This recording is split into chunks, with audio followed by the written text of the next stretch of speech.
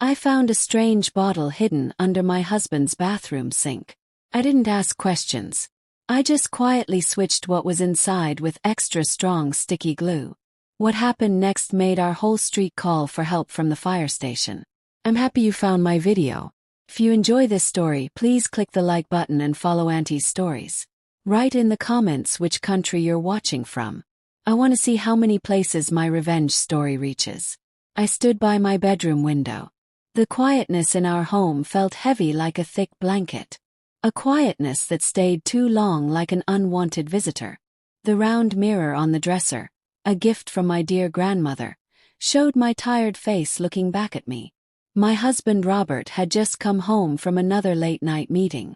He didn't look tired from work. He looked worried, like someone hiding a big secret. His shirt was wrinkled and his hair was messy in a way I'd never seen before.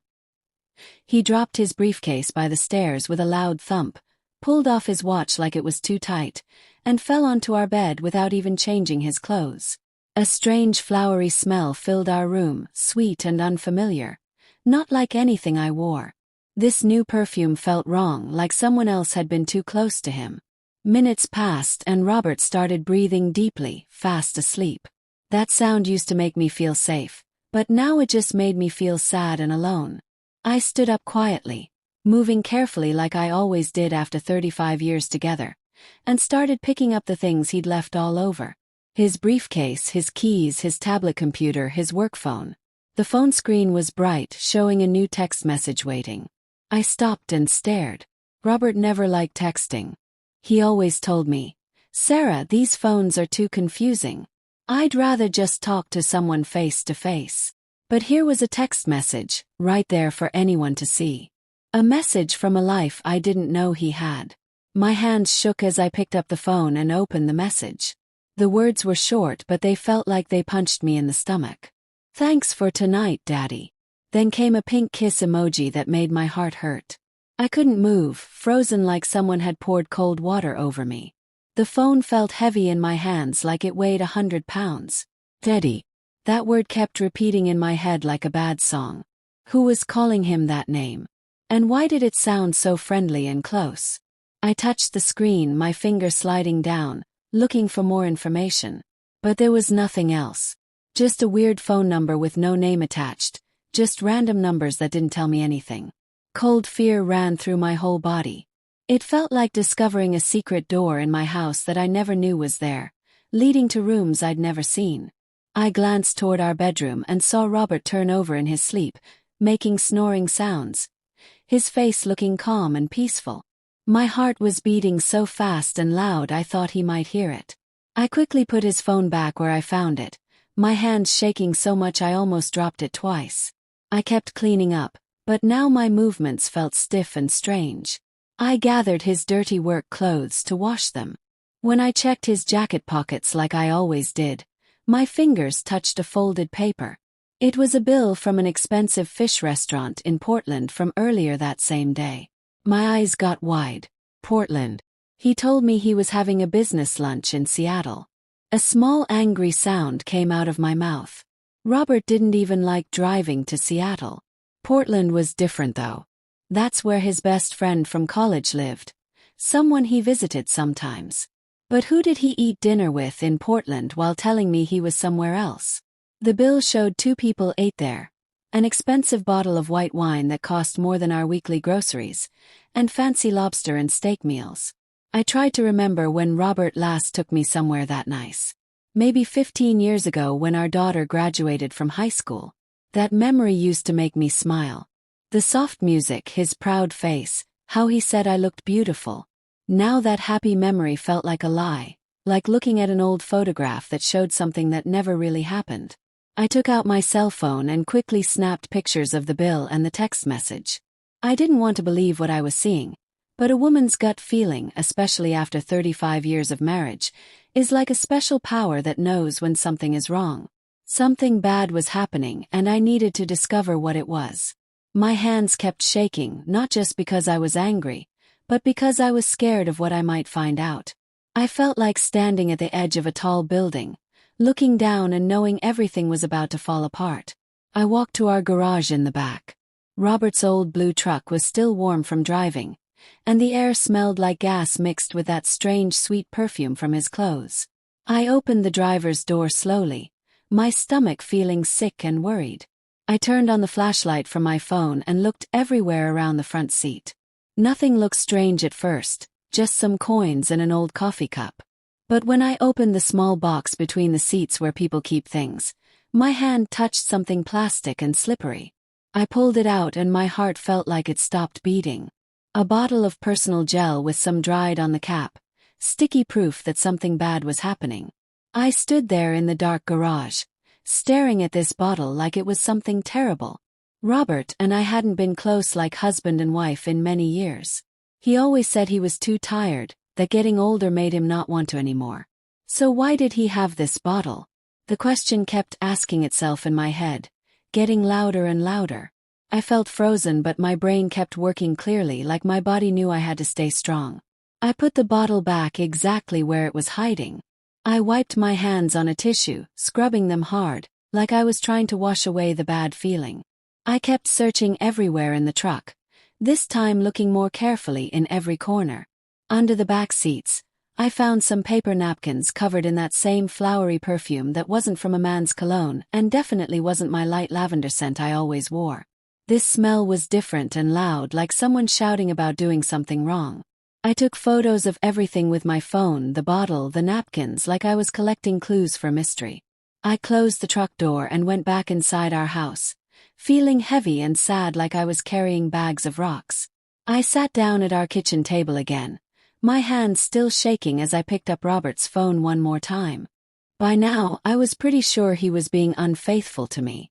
I checked his text messages, but there were only boring work conversations, plain and simple. His email box was empty except for that one weird text. I looked in his deleted messages folder and his saved drafts. Nothing there. Everything was too clean, too perfect, like someone had erased every bit of proof on purpose. He was good at hiding things, I thought, with anger in my chest. My anger wasn't hot and explosive anymore. Now it was cold and hard like ice, and a new feeling started growing inside me. I needed to know the truth. I needed to show everyone the lies, no matter what it cost me. The next morning, when the sun came up and yellow light came through our bedroom curtains, I was already awake, moving around like a ghost in my own house. The picture of that bottle, the restaurant bill, and that text message wouldn't stop spinning in my mind like a broken toy that keeps going in circles. I was in the kitchen, my hands making breakfast, but my mind thinking about other things. I cooked simple food, scrambled eggs with cheese, wheat toast with butter, and a mug of the hot black tea Robert liked every morning. I had barely closed my eyes all night long. Robert came downstairs looking messy, his hair sticking up in different directions, his eyes still half closed from sleep. He sat at the table, picked up his tea mug, took one drink, and put it down still mostly full. "I have a really important client meeting today," he said in a rough voice that sounded practiced, like he'd said it many times before, and he didn't look at my face. "I'll probably come home pretty late tonight." He was so good at lying, I thought. The easy fake stories, the calm way he talked, it made me feel cold inside. I nodded with a forced smile on my face, even though I wanted to yell and scream. "Where is this meeting? Who are you meeting with? Are you going to Portland again?" But I didn't say any of those things. My anger stayed quiet like a fire burning inside where no one could see, and I just said, "Okay, drive safely." He stood up, gave me a quick pat on my head like you'd pat a dog, not like touching someone you love, and walked out the door. The door shut, leaving the kitchen totally silent, and leaving me alone with thoughts that were growing bigger and scarier. I cleared our breakfast dishes and washed each one slowly in the warm soapy water. I couldn't just sit around thinking up ideas in my head. I needed real proof, evidence I could see and touch. I picked up my phone and looked for a number for Miss Chen, an old friend from years ago who helped me when I first started my cleaning business. She once told me about a really good detective who helped people find out if their husband or wife was cheating.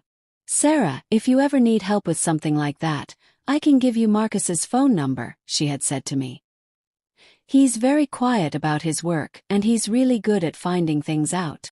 I never thought I'd need to call him, But now I had no choice left. I pressed her number, my voice shaking, each ring making me more nervous. "Hello, Miss Chen. Can you help me contact Marcus? I really need his help."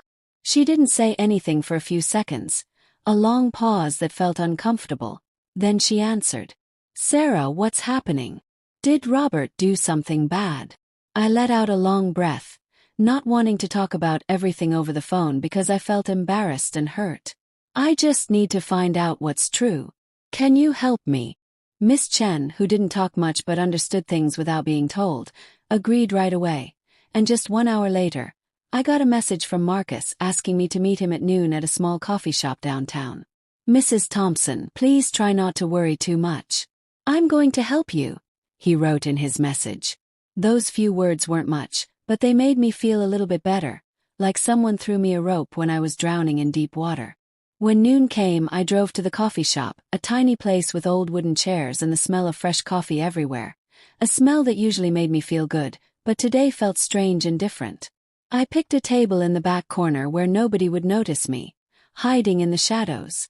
Marcus walked in, a man who looked about 50 years old, average height with a simple blue button shirt and smart eyes that seemed to notice everything, like he could see things that other people missed. I handed him a memory stick with all the photos I took the night before. The strange text message, the restaurant bill, the bottle, and the perfume napkins. "This is everything I have," I said, my voice wobbly and weak. "I'm not completely sure, but I think my husband is cheating on me." The words tasted bad coming out of my mouth. Marcus nodded, looking at each picture on his computer tablet. His face staying calm and professional, not showing what he was thinking. He wrote things down carefully in a small notebook. "Mrs. Thompson, I understand what you're going through. I'll start following Mr. Thompson this afternoon. Don't worry, I'll tell you what I find out as soon as I can." I looked at him, trying not to let the tears that were burning my eyes fall down my face. "Thank you so much," I said quietly. "I just want to know the truth, whatever that truth might be." Marcus nodded with a kind look in his eyes, showing he understood my pain. "I'll do my very best work. Go back home and don't do anything that would make him suspicious or think something is wrong." I left the coffee shop and walked down the busy street with people everywhere. But I felt more alone than I'd ever felt in my whole life. 35 years of being married. A whole lifetime built on trust that was now breaking into pieces under my feet. I had given Robert all my trust. I always believed he was a good family man, someone who would stay with me through anything hard. He was supposed to be my rock, the person I could always count on. And now here I was, paying a stranger to follow my own husband around. It felt so wrong and backwards, like I was in a bad movie that I never wanted to be in. That same night, while I sat in my small office at home going over bills and paperwork, my phone buzzed with a new message. It was from Marcus the detective. I opened it fast, my heart pounding so hard it hurt, blood rushing in my ears making everything sound far away. It was a photo of Robert in the light blue shirt he wore that morning, walking into an expensive-looking restaurant, holding hands with a woman. I made the picture bigger with my fingers and my heart actually stopped. It was Melissa, my niece. My brother's daughter. She was wearing a tight red dress with lots of makeup, dark red lipstick, and her long hair hanging loose down her back. They didn't look like uncle and niece. They looked like boyfriend and girlfriend on a romantic date, standing close together, sharing secrets between them. I fell back in my chair, my hand shaking so much I almost dropped the phone. Melissa. How could this possibly be true? At family dinners and holiday parties, she and Robert always acted like they barely knew each other, hardly talking or even looking at each other. Now I understood it was all fake, a performance they put on to trick me. Marcus sent more photos. In one picture, they were sitting in a dark private corner of the restaurant, the table decorated with candles and fresh flowers. Melissa was leaning toward Robert, smiling big, and Robert was touching his wine glass to hers with a look in his eyes that seemed so loving and tender. I stared at the photo and felt crushing pain in my chest that made it hard to breathe. In 35 years, I had never seen him look at me that way, not even when we were young and just married. When I was that girl from California with long blonde hair and a bright happy smile. He looked at me differently, with love I thought was real and only for me. But now he was giving that same look to her. Minis. Late at night, around 2 o'clock in the morning, a video arrived from Marcus. The clock on my desk said 2 a.m. exactly. I put in my earphones so nobody else could hear, my hands shaking so bad I could barely press the play button. In the video, Melissa leaned really close to Robert's ear, whispering something that made him laugh really loud, a laugh I never heard him make at home. Her voice sounded sweet like candy, her eyes shining bright under the restaurant's fancy lights. Then they both stood up to leave, and Robert opened the car door for her like a gentleman opening a door for a princess, not like an uncle with his niece. I watched the video again and again, hurting myself more each time. Every time I watched it felt like someone stabbing my heart with a knife. Melissa, my own brother's daughter, who I taught how to bake chocolate chip cookies and helped with her homework, and Robert, the man I gave my whole life to, who I built a family with. What were they doing behind my back? Behind my brother's back? Behind everyone's back? The questions felt like giant waves trying to drown me in sadness. I saved all the photos and the video to a memory stick, writing down every single detail, the date, the exact time, the place, even the restaurant's name written on a sign in the background. My hands worked automatically, but my mind was going crazy with thoughts and feelings. I didn't want to believe what I was seeing. I couldn't believe Robert and Melissa would do something so wrong, so mean and hurtful. But the proof was right in front of my eyes, impossible to deny, like a mountain of evidence. I stayed in my home office surrounded by papers and files, and I felt like my entire world was crashing down around me. I remembered when we first got married, when Robert would carry my grocery bags for me, when we would laugh together in our tiny first apartment, our dreams as big as the sky above. Now all of it seemed like a memory from someone else's life, a beautiful lie I had believed for way too long. The next morning I was in my small home office, looking at a list of houses I needed to clean for my business. The smell of lemon cleaning spray, which always made me feel productive and good, felt empty and meaningless that day. As soon as I finished writing down my schedule for the week, my phone buzzed in my pocket. My heart sank when I saw it was another message from the detective Marcus. Just one short sentence. "Mrs. Thompson, I'm sending more proof to you now." I took a deep breath, trying to stay calm, but my hands shook as I opened his message. A bunch of photos appeared on my screen. The first one showed Robert in his usual gray work shirt, walking out of a lawyer's office near the town square. Walking right next to him was Melissa in a tan-colored business dress, her hair pulled back in a high ponytail, and huge dark sunglasses covering most of her face. A terrible attempt to hide who she was. They were walking very close to each other, not like family members, but like a couple in love, their bodies showing they had secrets together. In the next photo, they were standing in front of a nice hotel with shiny glass doors and a fancy gold sign above the entrance. I made the picture bigger, desperately hoping I was wrong about what I was seeing, but there was nothing to deny. They looked too normal together, too comfortable, like they belonged together in a world where I didn't exist. Then came a short video from Marcus. I pressed play and my heart beat so hard and fast I thought it might explode, like drums pounding in my chest. The video was filmed from far away, but it was clear enough to see Robert and Melissa on a third-floor balcony of the hotel. His arm was wrapped around her waist, and she was resting her head on his shoulder, her long hair moving gently in the breeze. And then, like a dagger stabbing me, I watched them kiss each other without trying to hide or look around. It was a quick kiss, but it was enough to burn away the last tiny bit of hope I had left in my heart.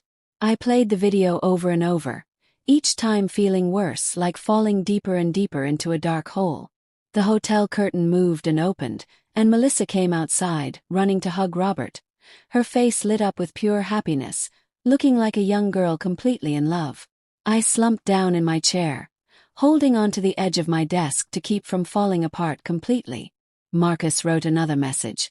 They also rented a room for the whole afternoon. It looks like they're planning to stay overnight. I'll keep watching them. I read his words again and again, my throat feeling tight like someone was choking me. Just a few hours before, Robert had sent me a text saying, "Sarah, I won't make it home tonight. I have to meet with an important client from out of state. Get some good rest." His message sounded sweet and caring, just like it always had been for years. But now I knew it was all lies. Made-up stories. An important client from out of state. He wasn't out of state at all. He was right here in town, in a fancy hotel room with my own niece. I opened my computer and carefully saved every photo and every video Marcus sent. Each time I clicked save, I looked at the image to make absolutely sure I wasn't having a nightmare. In that video, Robert's eyes looking at Melissa were so soft and loving. The way he touched her hair reminded me of how he used to touch mine more than 30 years ago when we were young newlyweds. We were so young back then, and I believed our love would last forever, a promise we made under the stars. Now watching this, all I could see was lies and horrible betrayal that made me feel sick. I remembered family gatherings at holidays and birthdays, everyone sitting together around the big dining table. Melissa always sat as far away from Robert as possible. Sometimes she even acted like she didn't like him at all. My brother would joke and say, "Sarah, I think Melissa really doesn't get along with Robert. She avoids him like he has a disease." I believed that story completely. I thought they just didn't connect well, that she was just trying to fit into our family. But now I understood the truth. It had all been pretend, a carefully planned show to trick me, to trick everyone. They acted their parts perfectly in front of me, in front of my brother, in front of our whole family and all our friends. I felt like the biggest fool in the world, a blind wife who was betrayed by two liars right under her nose while everyone watched and nobody knew. People were walking past that hotel, living their normal lives, not knowing what was happening on that balcony. But Marcus had caught the perfect moment with his camera, like a hunter catching prey, showing me my new reality that I didn't want to see. I sent Marcus a message back. "Thank you for your work. Please keep following them. I need to know absolutely everything." He answered quickly and simply, "I will. Try to stay calm and strong." That same night, I came back to the house that had been my home with Robert for so many years. It felt like a stranger's house now, a place full of ghosts and secrets. I opened my desk drawer and took out a large brown envelope, my hands moving with determination and purpose. I printed all the evidence Marcus gave me, photos of Robert and Melissa leaving the lawyer's office, photos of them entering the hotel together, photos of them on the balcony kissing, and every single frame of the video. I organized them carefully in order, sealed the envelope shut, and hid it at the bottom of my drawer under old family photo albums. I looked at one old photograph of all four of us together, Robert, Melissa, my brother, and me at Melissa's college graduation party a few years ago. Melissa was smiling and hugging my brother tight, while Robert stood beside me with his arm around my shoulder, looking happy and proud like a good husband. Now looking at that same picture, all I wanted was to rip it into 1,000 tiny pieces. The next morning, just before the sun came up, I heard our front door open very slowly and quietly. Robert stumbled inside, smelling strongly of alcohol. "That client was really difficult to deal with, Sarah," he complained in a scratchy voice. His eyes bloodshot red like he'd been awake all night. "I had to drink way too much. I'm absolutely exhausted." I was standing in the kitchen holding a glass of water in my hand, watching him perform his lies while feeling like he was pouring salt into my wounds. "Go get some rest," I replied calmly in my usual wife voice, the voice I'd practiced for 35 years. "You need to be ready for work tomorrow." He nodded, gave me a quick pat on my shoulder like nothing was wrong, like he hadn't just spent the night with my niece in a hotel, and dragged himself to our bedroom. A few minutes later, he was snoring peacefully, sleeping like a baby, as if he'd never cheated on me, as if he'd never betrayed our family in the worst possible way. When I was absolutely certain Robert was deep asleep, my phone buzzed quietly. It was a phone call from Marcus the detective. His voice was very low, almost like a whisper, like he was afraid someone might hear him. "Mrs. Thompson, I recorded their conversation in the hotel parking lot yesterday. I used special listening equipment. They never knew I was there. I'm sending the recording to you right now." My heart pounded hard and fast, but I simply answered, "Thank you so much, Marcus. Please send me that file immediately." A few minutes later, an audio sound file appeared in my phone messages. I put in my earphones, sat down at the kitchen table, and pressed play with shaking fingers. The first thing I heard was Melissa's voice, cold and greedy, like a stranger's voice I'd never heard before. "Daddy, hurry up and finish that fake paperwork. I want to own that whole cleaning business already. I want that old lady kicked out of the house." I felt like someone punched me hard in my stomach, and I grabbed my phone so tight my knuckles turned white. Then came Robert's voice, deep and confident and cruel. "Don't worry about any of those papers. Sarah doesn't suspect anything at all. Leave everything to me. She trusts me way too much."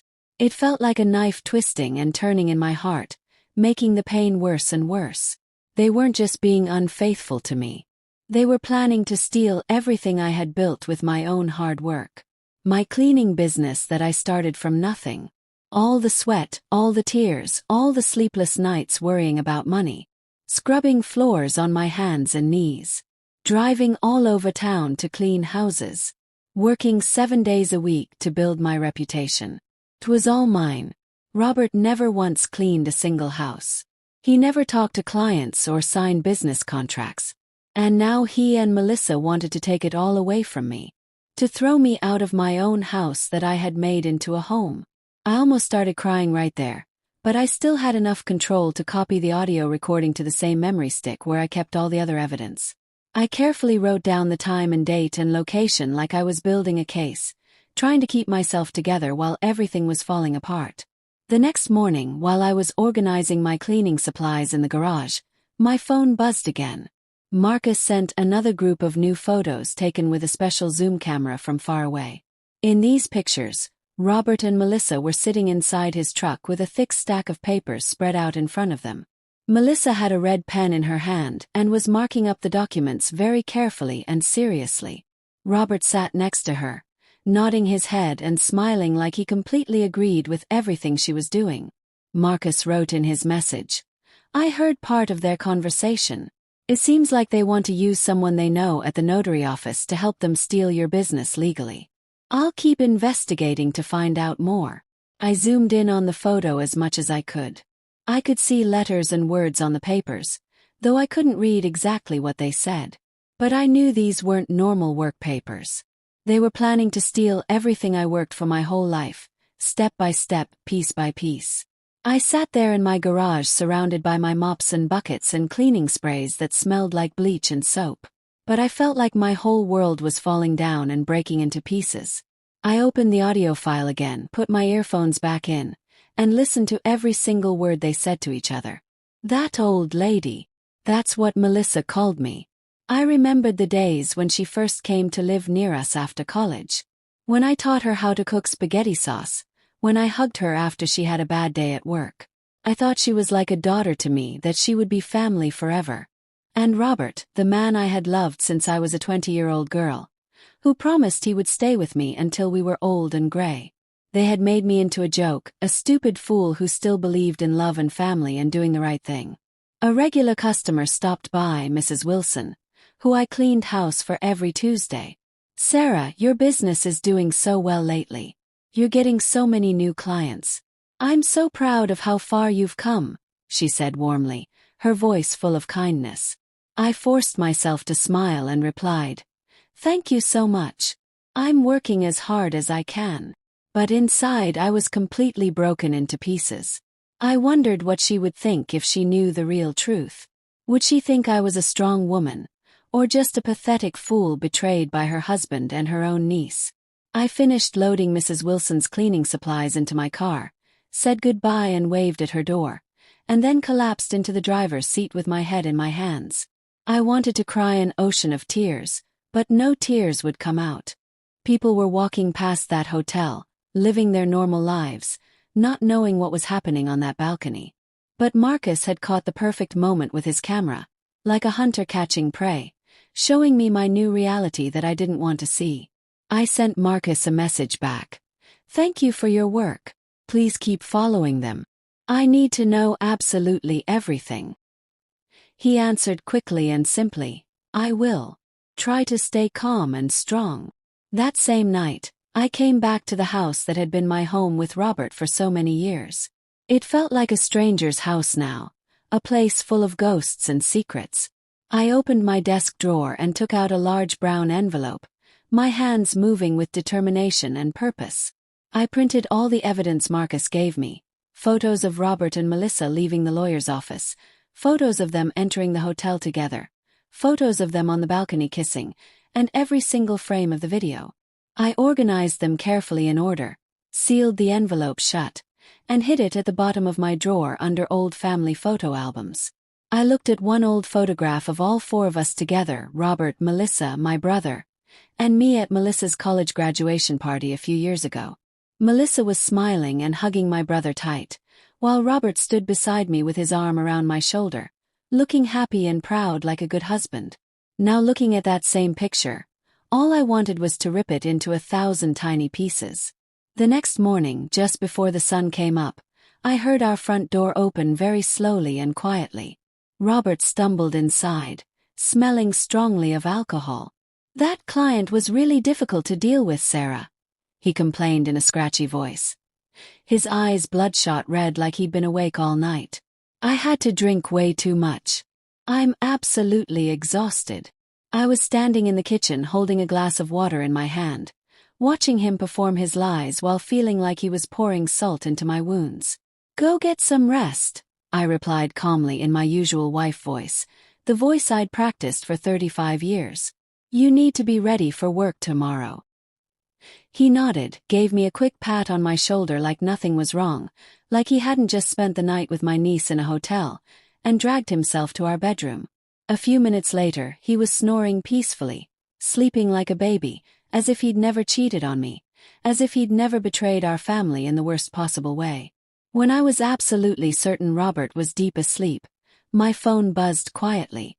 It was a phone call from Marcus the detective. His voice was very low, almost like a whisper, like he was afraid someone might hear him. "Mrs. Thompson, I recorded their conversation in the hotel parking lot yesterday. I used special listening equipment. They never knew I was there. I'm sending the recording to you right now." My heart pounded hard and fast, but I simply answered, "Thank you so much, Marcus. Please send me that file immediately." A few minutes later, an audio sound file appeared in my phone messages. I put in my earphones, sat down at the kitchen table, and pressed play with shaking fingers. The first thing I heard was Melissa's voice, cold and greedy, like a stranger's voice I'd never heard before. "Daddy, hurry up and finish that fake paperwork. I want to own that whole cleaning business already. I want that old lady kicked out of the house." I felt like someone punched me hard in my stomach, and I grabbed my phone so tight my knuckles turned white. Then came Robert's voice, deep and confident and cruel. "Don't worry about any of those papers. Sarah doesn't suspect anything at all. Leave everything to me. She trusts me way too much." It felt like a knife twisting and turning in my heart, making the pain worse and worse. They weren't just being unfaithful to me. They were planning to steal everything I had built with my own hard work. My cleaning business that I started from nothing. All the sweat, all the tears, all the sleepless nights worrying about money. Scrubbing floors on my hands and knees. Driving all over town to clean houses. Working 7 days a week to build my reputation. It was all mine. Robert never once cleaned a single house. He never talked to clients or signed business contracts. And now he and Melissa wanted to take it all away from me. To throw me out of my own house that I had made into a home. I almost started crying right there, but I still had enough control to copy the audio recording to the same memory stick where I kept all the other evidence. I carefully wrote down the time and date and location like I was building a case, trying to keep myself together while everything was falling apart.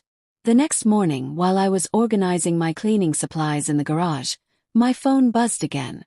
Marcus sent another group of new photos taken with a special zoom camera from far away. In these pictures, Robert and Melissa were sitting inside his truck with a thick stack of papers spread out in front of them. Melissa had a red pen in her hand and was marking up the documents very carefully and seriously. Robert sat next to her, nodding his head and smiling like he completely agreed with everything she was doing. Marcus wrote in his message, "I heard part of their conversation. It seems like they want to use someone they know at the notary office to help them steal your business legally. I'll keep investigating to find out more. I zoomed in on the photo as much as I could. I could see letters and words on the papers, though I couldn't read exactly what they said.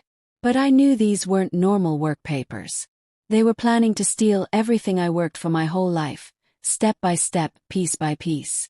I sat there in my garage surrounded by my mops and buckets and cleaning sprays that smelled like bleach and soap. But I felt like my whole world was falling down and breaking into pieces. I opened the audio file again, put my earphones back in, and listened to every single word they said to each other. That old lady. That's what Melissa called me. I remembered the days when she first came to live near us after college. When I taught her how to cook spaghetti sauce. When I hugged her after she had a bad day at work. I thought she was like a daughter to me, that she would be family forever. And Robert, the man I had loved since I was a 20-year-old girl, who promised he would stay with me until we were old and gray. They had made me into a joke, a stupid fool who still believed in love and family and doing the right thing. A regular customer stopped by, Mrs. Wilson, who I cleaned house for every Tuesday. "Sarah, your business is doing so well lately. You're getting so many new clients. I'm so proud of how far you've come," she said warmly, her voice full of kindness. I forced myself to smile and replied, "Thank you so much. I'm working as hard as I can." But inside I was completely broken into pieces.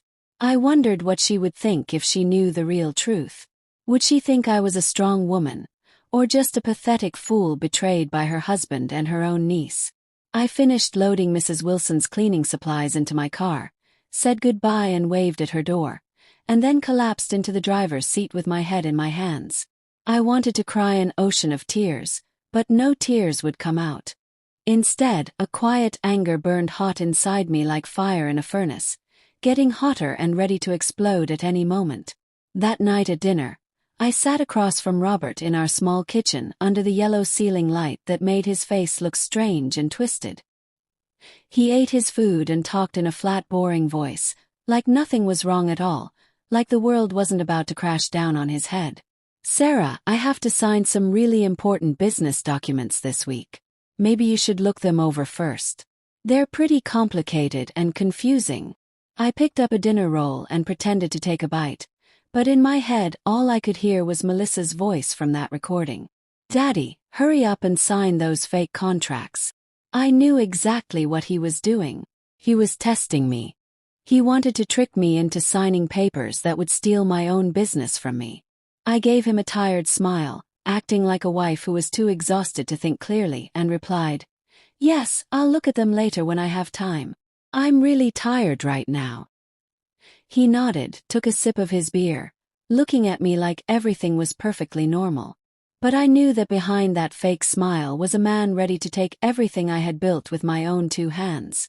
A predator waiting for exactly the right moment to attack and destroy me. Robert had a few more beers. His face turned pink and red, and he started slurring his words, talking about a difficult customer he had to deal with that day. I nodded like I was listening carefully, but inside I wanted to scream at the top of my lungs. "Do you think I'm that stupid? Do you think I don't know what you're doing?" When he got up from the table, stumbling and wobbling, and headed to the bedroom, I cleared away the dirty dishes, my every movement slow and careful, holding in the anger that was boiling like hot water inside me. He threw himself onto our bed, snoring loudly within seconds, and left his truck keys sitting on the nightstand, shining under the dim bedroom light, calling out to me like a signal. I stared at those keys, my heart beating fast in my chest like a drum. This was my chance, my perfect moment to take action. I walked into the bedroom very slowly and quietly, being careful not to make even the smallest sound. Every step felt like walking between my old life and a brand new future I couldn't even imagine yet. I grabbed the keys, squeezed them tight in my fist, and went straight out to the garage in the back. The night was completely quiet and still, like the whole world was holding its breath and waiting. All I could hear were crickets chirping outside in the dark, their sounds like music for my revenge. I turned on my phone's flashlight. The weak white light lit up Robert's old blue truck sitting there like it knew all his secrets. I opened the driver's door slowly. The smell of gasoline filled my nose, mixed with that same strange sweet perfume I'd smelled before. I opened the small storage box between the two front seats, and there it was, the same bottle with the cap loose and dried sticky stuff on the edges, proof of what they'd been doing together. I held it in my hand, feeling like I was holding poison or something dirty and wrong. It was obvious they had used it again recently, like confirmation that Robert and Melissa were still playing their secret game, still dancing their twisted dance behind everyone's back. I took the bottle into our kitchen, placed it on the counter under the bright lights, and washed my hands with dish soap that smelled like oranges. I scrubbed them really hard, trying to wash away every bit of the betrayal I had just touched. The fresh, clean smell didn't make my anger go away, but it helped me think clearly and stay focused on my plan. I opened the drawer where we kept tools and took out a tube of clear superglue, the really strong kind I once used to fix a broken picture frame. It was just a simple tool, but now it would become my weapon of revenge. I carefully unscrewed the cap of the bottle and squeezed the glue inside, drop by drop by drop, until the bottle was completely full of sticky glue instead of gel. I wiped the tip clean with a paper towel, shook it gently to mix everything together, and tested just a tiny bit. It came out smooth and clear, looking exactly like the original gel. Nobody would notice the difference just by looking. I smiled just a little bit, though a hurricane of emotions was raging inside me. This wasn't a game or a joke. It was my first step toward getting justice for what they did to me. I put the bottle back in the storage box exactly where it was before, adjusted the floor mat and the seat position just right, making sure everything looked untouched. Then I opened the back area of the truck to check around. There were only crumpled fast food bags, an empty plastic water bottle, and an unopened package lying in the corner. My heart skipped a beat when I saw what the package was, but I wasn't surprised anymore by anything. I took photos with my phone camera, adding them to my growing mountain of evidence.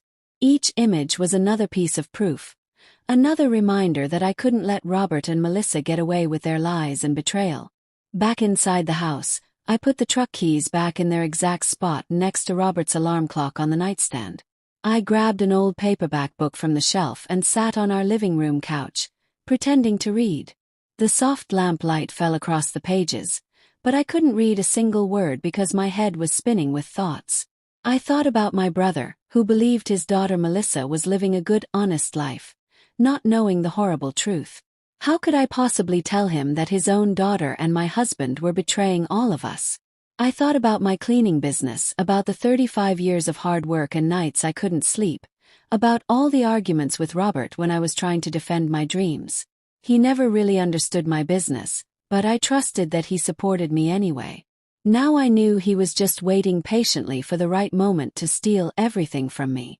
About an hour later, Robert woke up and stumbled into the kitchen to get water.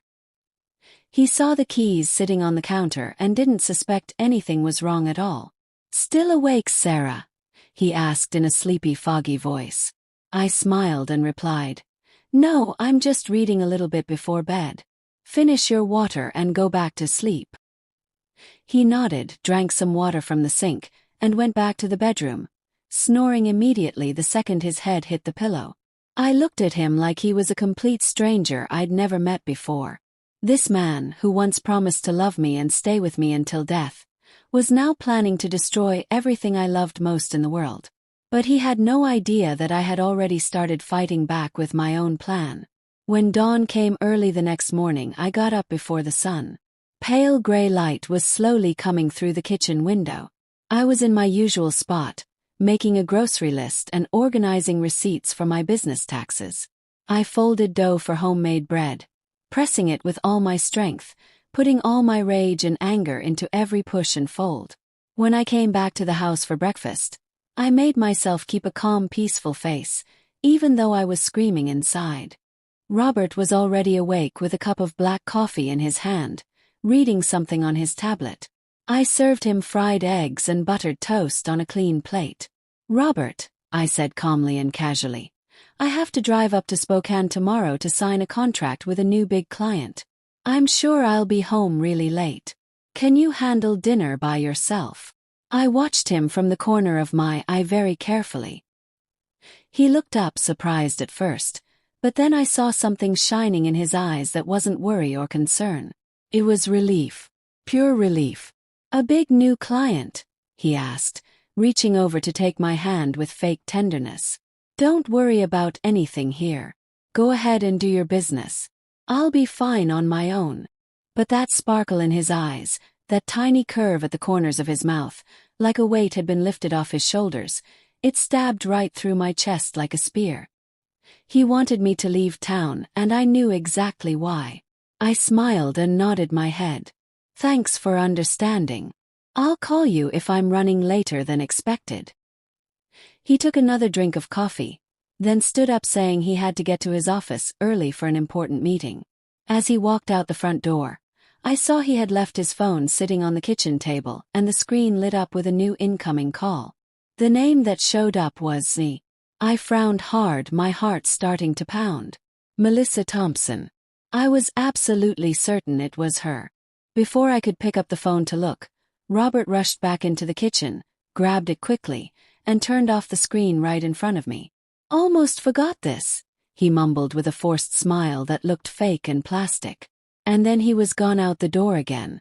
I stood there frozen, watching the door close behind him, feeling like I had just been slapped hard across my face. He wasn't even trying to hide it carefully anymore. That whole day, I worked like a robot, cleaning houses, talking to customers, and smiling politely at everyone I met. But my mind was completely focused on Robert and Melissa and their evil plans. I couldn't let them continue their disgusting act behind my back and behind my brother's back anymore. I needed more evidence, more proof. I needed to hear from their own mouths what they said when they thought nobody was listening or watching. That night, I pretended to be really tired and worn out. I went to bed early and told Robert, "I have to wake up super early tomorrow to hit the road, so I'm going to sleep now." He nodded, gave me another quick pat on my shoulder like patting a pet. "Rest well, Sarah. Be safe on your drive tomorrow."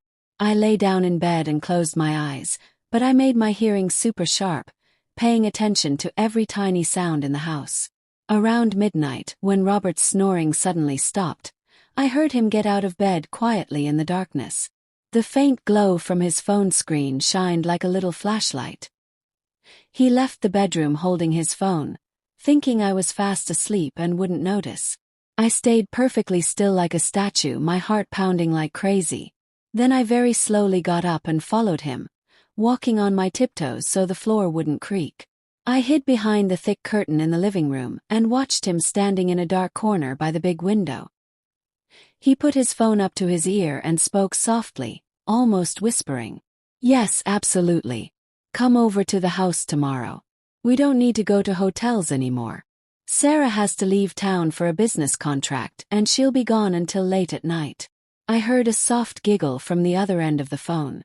Melissa's sugary sweet voice that made me want to throw up. "That's perfect, Daddy. Finally we can relax and not worry." Robert laughed, replying, "Yeah, come over early in the morning. I'll be waiting for you with everything ready." I stood there behind that curtain, feeling my blood boiling hot like lava in a volcano. They weren't just cheating on me and betraying me. They were planning to use my house, my own home that I cleaned and decorated, as their secret meeting place to do horrible things.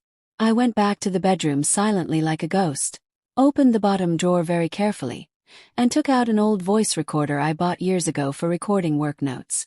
I checked the battery, put in a brand new one I found in the junk drawer, and turned it on to continuous recording mode. I hid it behind the bookshelf in our bedroom, tucked next to the headboard where they'd never think to look, certain it would record everything they said and did. I carefully arranged the wire cord and covered it completely with a framed family photo sitting on the shelf. The photo showed all four of us at a summer barbecue: Robert, Melissa, my brother, and me, all smiling like we were the happiest family in the world. Looking at it now, I felt bitter anger in my mouth. Melissa's big smile, Robert's friendly hug. Everything in that picture was lies. Before going back to bed, I checked one more time that the recorder was working properly, the little red light blinking to show it was on. I positioned the photo frame perfectly to hide the wire. Then I lay down in bed next to Robert, pretending to be asleep. Robert came back to the bedroom a few minutes later, threw himself on the bed hard, and started snoring like nothing had happened.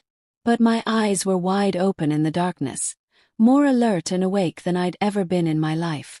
I reached for the alarm clock and set it for even earlier than usual, before the sun would come up. I closed my eyes, but not to sleep. I was preparing myself, getting ready for the next step of my plan. I woke up at 4:30 in the morning when it was still pitch black outside. Only the faint glow from the streetlight was coming through our window curtains. The house was completely silent except for Robert's steady loud snoring from the bedroom. I was in the kitchen with a cup of cold leftover coffee in my hand, staring at the frying pan sitting on the stove. It was the final step of my plan, a simple smoke trap that would be just enough to expose the truth to everyone. I tied a thin piece of string to the stove's gas knob. I ran it carefully across to the window and attached it to a heavy object, an old metal can full of nails I found under the sink. All I had to do was pull it from outside, and the flame would light the cooking oil, making thick black smoke, enough to make the neighbors call for help. I opened the kitchen window just a crack so the smoke could escape outside. Then I tested it once very quickly. The smoke rose up fast, forming swirls like warning signals. I turned it off immediately, checked everything twice, and made absolutely sure not to leave any clue that might make Robert suspicious of what I'd done. I put on my jacket, grabbed my big purse, and pretended I was leaving for my business trip. Before I walked out, I went into the bedroom one last time and gently shook Robert's shoulder. "I have to leave for the bus station right now," I said in a calm, normal voice. "I'm going to sign that big contract. I'll probably be back really late tonight or maybe even tomorrow morning." He opened his eyes halfway and in a sleepy voice replied, "Okay, drive safe, Sarah. Call me if you need anything at all." Then he buried his face back in his pillow and immediately went back to sleep. I looked down at this man I once loved with all my heart and trusted completely. Now he was lying there totally unaware of the trap that was set and waiting for him. I turned around, my heart feeling heavy like a rock, but my legs steady and strong. Instead of going to the bus station like I said, I walked across the street to Mrs. Garcia's house. She was my neighbor and my good friend for many years. She opened her front door and looked at me with worried concern when she saw my big purse.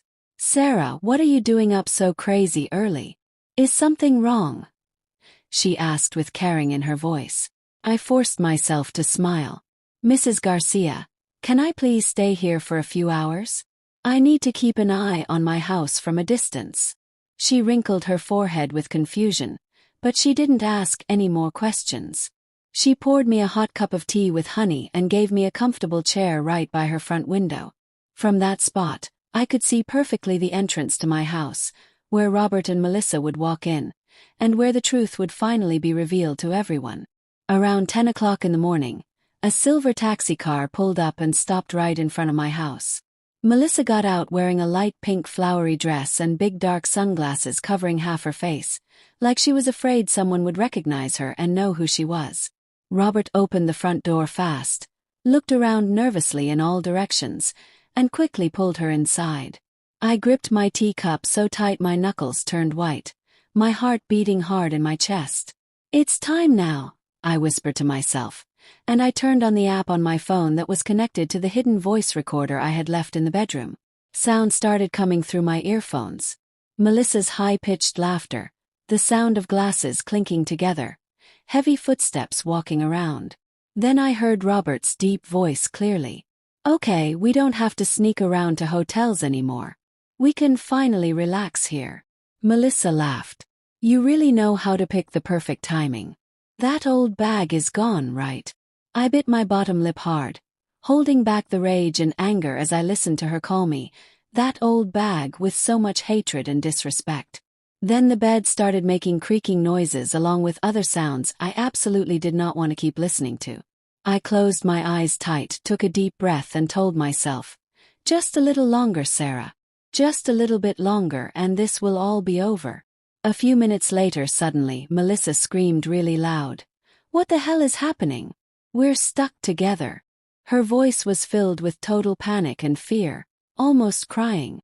Julian growled angrily. "Shut your mouth. Wait, just let me see what's wrong.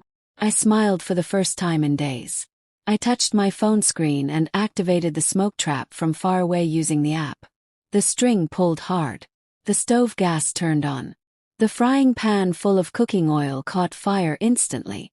Thick black smoke poured out of my kitchen window in huge clouds, spreading outside like an alarm signal calling for help. Mrs. Garcia gasped loudly. She looked out her window toward my house. "Sarah, your house is on fire. There's smoke everywhere." I pretended to be scared and shocked, but inside I felt strangely calm and in control. Neighbors started coming out of their houses into their front yards, shouting and pointing. "Sarah's house is burning. Someone call 911 right now." A man who lived 2 doors down, Mr. Anderson, quickly took out his cell phone and called the city fire department for emergency help. I stayed right there in Mrs. Garcia's house, holding my teacup tightly in both hands, my eyes glued to my house across the street. Everything was going exactly according to my plan, step by step. In my earphones, Melissa's voice sounded more and more desperate and panicked. "Robert, do something. I can't move at all. This hurts." Robert's voice roared back. "Stop screaming so loud. I'm trying to figure it out." But I knew they couldn't do anything to help themselves. The industrial superglue I had carefully switched was already working its magic, leaving them trapped and stuck together at their most embarrassing and humiliating moment possible. I imagined them struggling and scared, and part of me felt satisfied and justified. Not because I was a cruel person, but because they had pushed me to this point. They wanted to steal my business, destroy my family, and take away my honor and dignity. Now I would make them pay the price for what they did. I looked out the window. The smoke kept rising higher and thicker, getting darker. The neighbors were crowding together in the street, yelling in panic and confusion. "What's happening over there?" someone shouted. "Where's Sarah? Is she inside?" "She went out of town for business this morning." "That's what I heard," another person answered loudly. Mrs. Garcia, standing right next to me, looked at me with suspicious eyes that seemed to know something, but she didn't say a single word.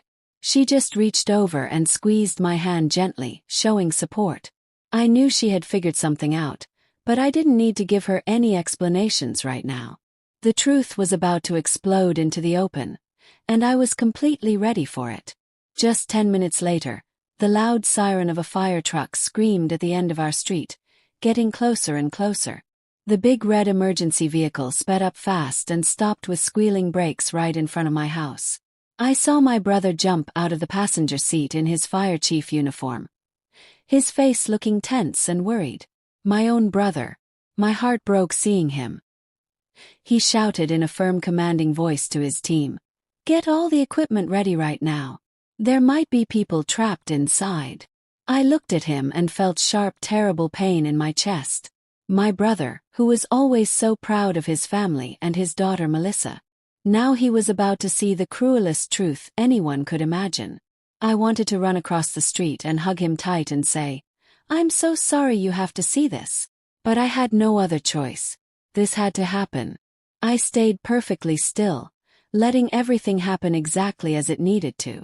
The smoke from my kitchen kept rising thick and dark, making my brother and his whole fire team believe there was a serious, dangerous fire inside. My brother led the way carrying a big sledgehammer, smashing through my front door with loud cracking sounds. The noise of splintering would echo down the whole street. His teammates followed right behind him with heavy hoses and fire extinguishers, ready for action. Through my earphones, I could hear the chaos and commotion coming from the bedroom. Robert's desperate shouts mixed together with Allison's sobbing cries. "Do something, Robert. I can't move even an inch." Robert growled back, "Shut up and stop screaming so loud."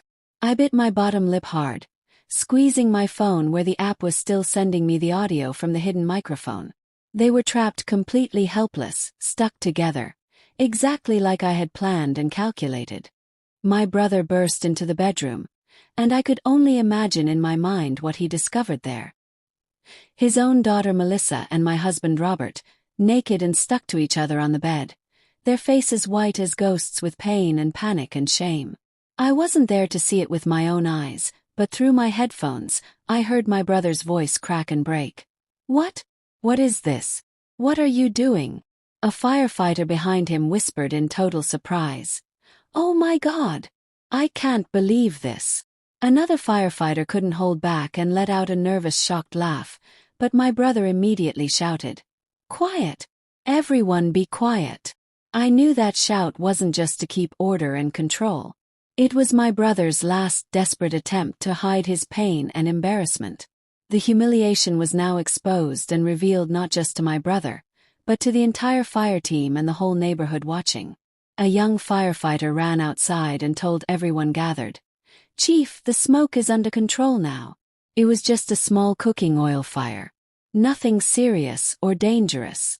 But my brother didn't reply or respond. I figured he was still standing in that bedroom, frozen like a statue by what he was seeing with his own eyes. The neighbors started arriving in bigger crowds, pushing together in front of my door, pointing fingers and whispering to each other. "What's happening in there?" "It's Robert and his niece Melissa," a woman shouted, her voice full of shock and amazement. "Oh my God, how could something like this happen?" Another voice chimed in loudly. Mrs. Garcia, standing right next to me by her window, took out her phone and quietly started recording video, moving her camera closer to get a better view of Robert and Melissa being carried out. She looked at me with eyes full of pity and anger mixed together. "Sarah, you knew about this whole thing, didn't you?" I didn't answer with words. I just nodded my head softly without taking my eyes off the window and my house. My brother came out of the bedroom finally. Through the headset, I heard the heavy thud of his boots on the hardwood floor. I heard Robert shout in a raspy, desperate voice, "Get everyone out of here right now. Close the door, please." But it was way too late for that. The whole neighborhood was gathered outside, their faces showing disgust and disbelief, their whispers sounding like a chorus singing songs of shame. Uncle and niece caught doing that together. "Absolutely unbelievable," a man said loudly. "Poor Sarah. How did things get this bad?" Another person sighed sadly. The firefighters, after a long moment of confusion and hesitation, finally had to act and do their jobs. They wrapped big sheets around Robert and Melissa, trying their best to cover their naked, stuck-together bodies, and lifted them onto stretchers to carry them out. I could hear Melissa's broken sobs mixed with her groans of pain coming through my earphones. "Please do something to help us. I can't stand this pain anymore." Robert just mumbled weakly, "Don't let anyone see us like this." But the whole entire neighborhood had already seen everything. There were looks of disgust on people's faces, mocking laughs from some people, and shakes of disappointed heads from others.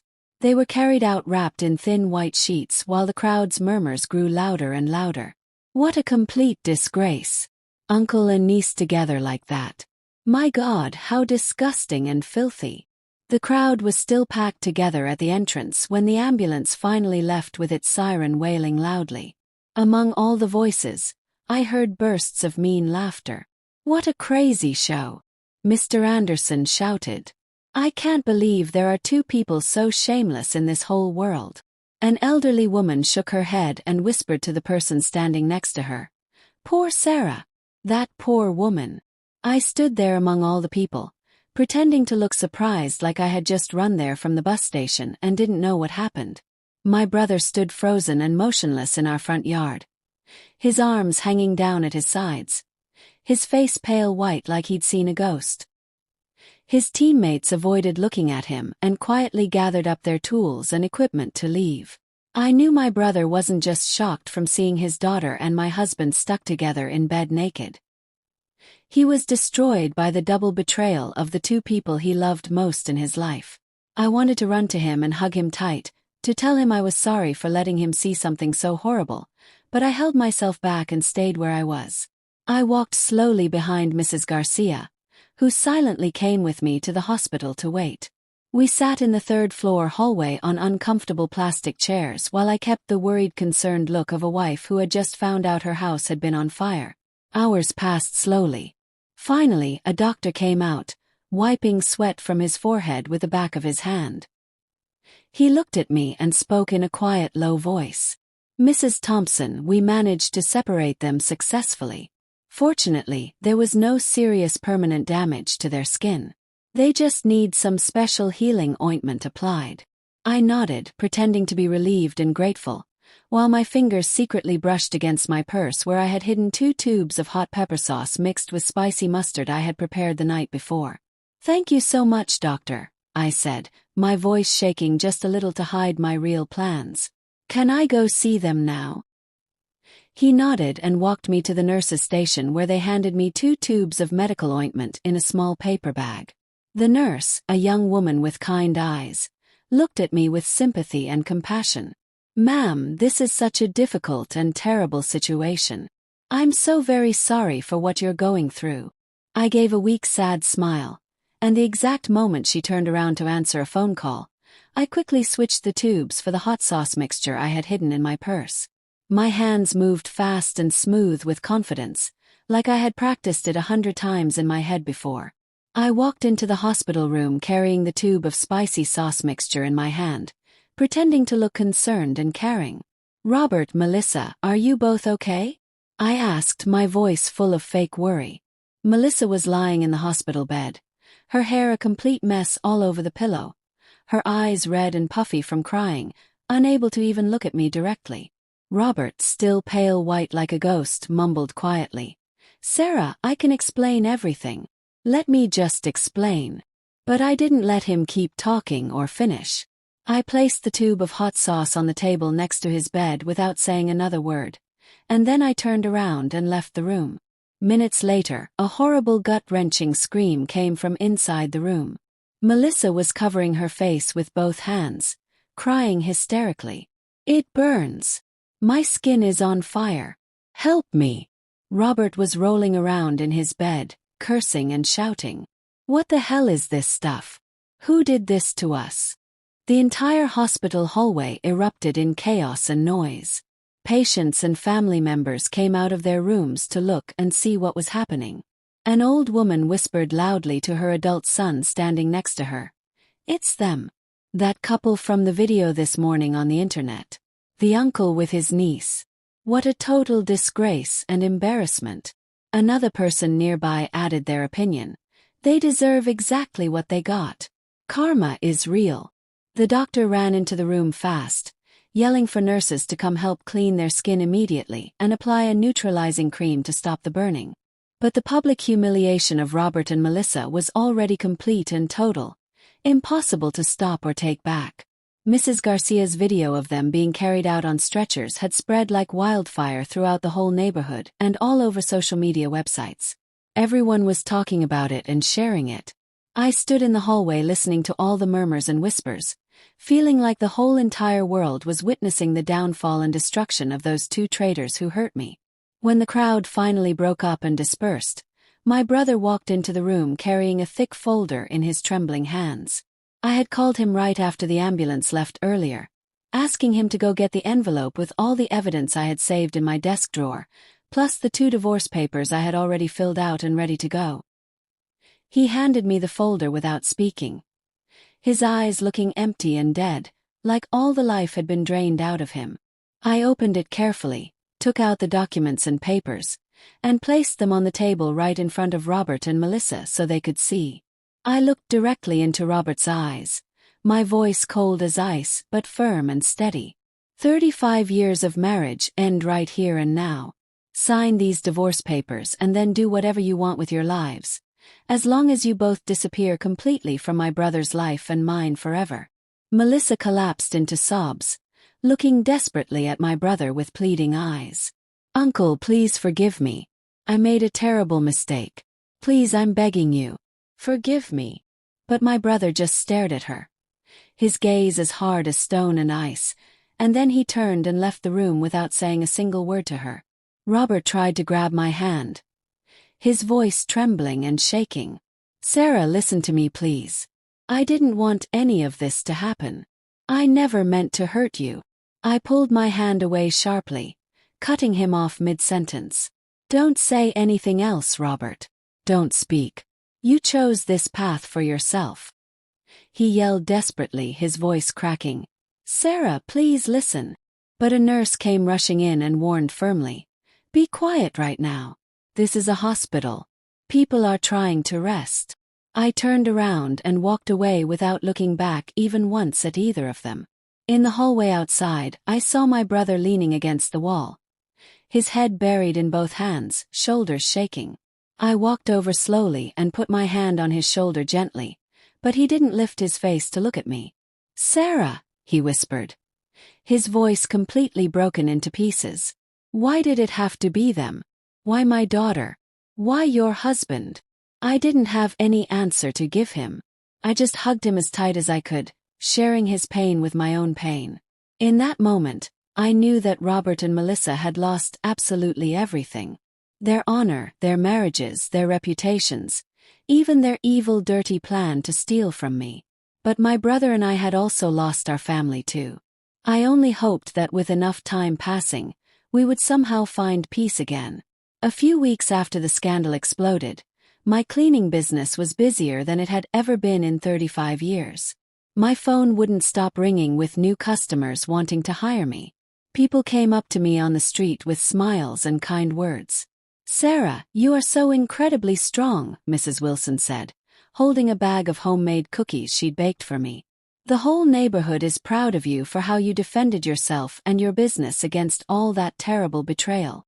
I smiled and thanked her sincerely. People supported me from everywhere. They called me a strong, brave woman. But only I knew deep inside that my strength came from all the broken pieces of my shattered heart. Every time I looked at my cleaning supplies and my work van where I had labored with sweat and tears for 35 years, I remembered Robert and Melissa, who wanted to take everything from me, but they failed completely. And I'm still here with my business, with my brother slowly healing, and with a brand new life ahead of me. My brother moved into my house with me right after that terrible day at the hospital. He didn't talk very much about what had happened, but I noticed the big change in him. He wasn't the cheerful brother who was always laughing and making jokes anymore. His eyes now looked deep and sad, like they carried a wound inside that wouldn't heal for a long time. Sarah, I want to stay here with you for a while, he told me the first night when he arrived with his suitcase and a cardboard box of belongings. I'm going to help you run your business, answer phones, schedule appointments, whatever you need from me. I hugged him tight and felt grateful. I didn't ask him any questions. I knew my brother needed time to heal, and so did I. We both needed each other. Every single morning we worked together side by side. I organized my cleaning supplies and loaded the van, and my brother reviewed the appointment schedule and returned phone calls from customers. Sarah, the downtown hotel wants to hire us for weekly deep cleaning service starting next month. He called out to me from the kitchen table where he was working on the computer. His voice calm but without its usual brightness and energy. That's wonderful news, I replied happily. Confirm the contract with them. I'll need to hire another helper. These simple normal moments gave me a peace and comfort I hadn't felt in many years. There were no more fake looks from Robert pretending to care. No more sweet and calculating voice from Melissa acting nice. It was just my brother and me, taking care of each other and protecting what we still had left. Dinners were just the two of us now, sitting face to face in my small kitchen, eating simple home-cooked meals. Sometimes we had rice with beans and grilled chicken, sometimes just sandwiches with hot soup. Sarah, can you make me some of your famous apple pie this weekend? He asked me one night with a faint small smile, the first real smile I had seen on his face since the whole scandal happened. Of course I will, I replied, feeling relieved and hopeful. But you have to help me peel all the apples first. He nodded and agreed. And in that simple moment, I felt that we were slowly but surely recovering and healing together. I started making time for myself finally. Something I almost never did in 35 years of non-stop working. I joined a book club at the community center where women around my age shared stories and talked about life. Sarah, you make the best homemade bread in this whole town, a woman told me, laughing when I brought a fresh loaf to share with everyone. I replied, smiling genuinely. It's a special little trick I learned back when I was a young girl in California. I also started going to church again on Sunday mornings. I would sit quietly in the wooden pew with colorful light from the stained glass windows shining on my face, and I would pray. Not for Robert or Melissa, but for my brother, for myself, asking God to give us the strength to move forward with our lives. Sometimes I would take walks with Mrs. Garcia around the neighborhood park, listening to her talk about local news and gossip. "You know, Sarah," she would say with her eyes shining bright, "everyone is still talking about Robert and Melissa, but they all say you're the one who really won in the end." I just smiled without answering her. Maybe I won, I thought to myself. But the price was losing my whole family. My brother also started to change slowly back to his old self. He became less quiet and withdrawn, and began telling me stories about his work as fire chief again. "We put out a really big warehouse fire yesterday," he told me one night while we ate dinner together. "It was extremely dangerous, Sarah. Flames were shooting 50 feet high. But thank God nobody got hurt at all." I listened to him carefully, my heart filled with pride for my brave brother. "Please always be careful out there," I said, my voice shaking with emotion. "You're all I have left in this world now."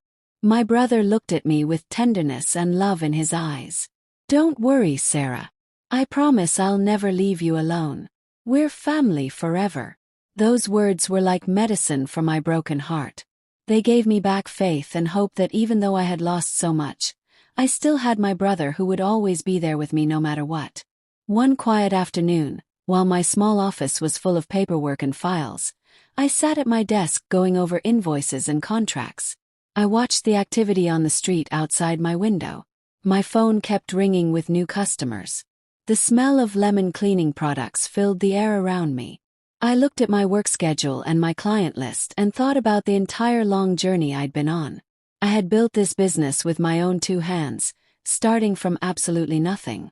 From a young girl in California with big dreams to a woman who learned how to survive and keep going no matter what.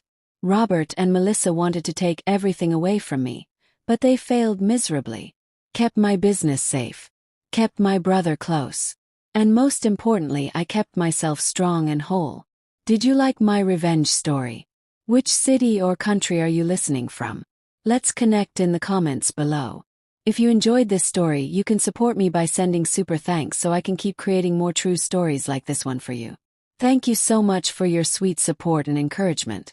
I'm really looking forward to reading your comments about my story. On your screen right now, you can see 2 more new life stories that I highly recommend you watch next. There's so much more content waiting for you on Auntie's Stories channel. Don't forget to subscribe and turn on notifications. See you in the next amazing life story. With love and respect from Auntie.